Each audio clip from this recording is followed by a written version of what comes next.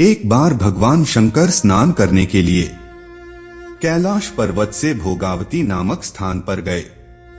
उनके जाने के बाद पार्वती ने स्नान करते समय अपने तन के मैल से एक पुतला बनाया और उसे सतीव कर दिया। उसका नाम उन्होंने गणेश रखा। पार्वती जी ने गणेश जी से कहा, हे पुत्र, तुम एक मुद्गर लेकर द्वार पर जाकर पहरा दो। मैं भीतर स्नान कर रही हूं, इसलिए यह ध्यान रखना कि जब तक मैं स्नान न कर लूं तब तक तुम किसी को भीतर मत आने देना। उधर थोड़ी देर बाद भोगावती में स्नान करने के बाद जब भगवान शिव जी वापस आए और घर के अंदर प्रवेश करना चाहा तो गणेश जी ने उन्हें द्वार पर ही रोक दिया। इसे शिवजी ने अपना अपमान समझा और क्रोधित होकर उसका सिर धड़ से अलग करके अंदर चले गए। टेढ़ी भ्रिकुटी वाले शिवजी जब अंदर पहुंचे तो पार्वती जी ने उन्हें नाराज देखकर समझा कि भोजन में विलंब के कारण महादेव नाराज हैं। इसलिए उन्होंने तत्काल 2 थालियों में भोजन परोसकर शिवजी को बुलाया और भोजन करने का निवेदन किया। तब दूसरी थाली देखकर शिवजी ने पार्वती से पूछा, यह दूसरी थाली किसके लिए लगाई है? इस पर पार्वती जी बोली, अपने पुत्र गणेश के लिए, जो बाहर द्वार पर पहरा दे रहा है।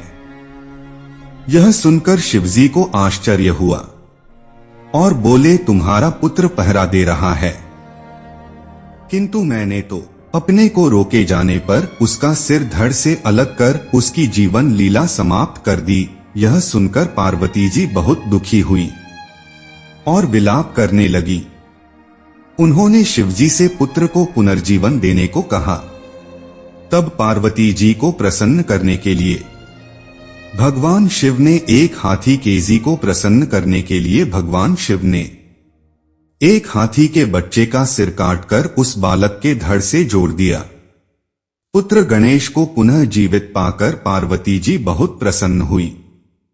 उन्होंने पति और पुत्र को भोजन कराकर फिर स्वयं भोजन किया।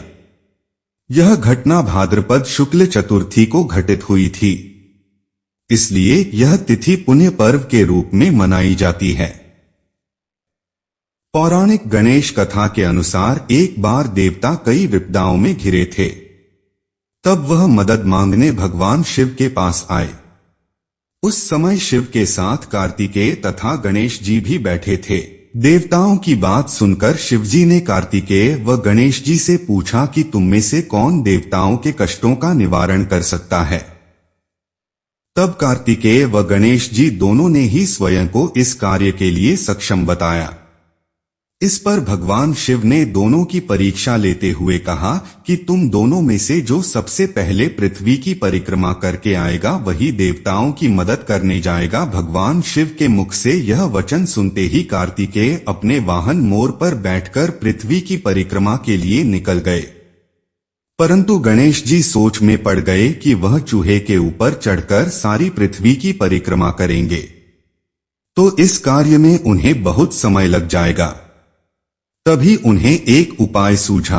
गणेश अपने स्थान से उठे और अपने माता पिता की 7 बार परिक्रमा करके वापस बैठ गए। परिक्रमा करके लौटने पर कार्तिकेय स्वयं को विजेता बताने लगे। तब शिवजी ने श्री गणेश से पृथ्वी की परिक्रमा न करने का कारण पूछा। तब गणेश ने कहा, माता पिता के चरणों में ही समस्त लोक हैं।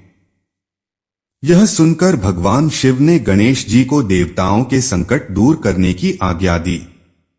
इस प्रकार भगवान शिव ने गणेश जी को आशीर्वाद दिया कि चतुर्थी के दिन जो तुम्हारा पूजन करेगा और रात्रि में चंद्रमा को अर्घ्य देगा उसके तीनों ताप यानी दैहिक ताप, दैविक ताप तथा भौतिक ताप दूर होंगे। इस व्रत को करने से व्रतधारी के सभी तरह के दुख दूर होंगे और उसे जीवन के भौतिक सुखों की प्राप्ति होगी।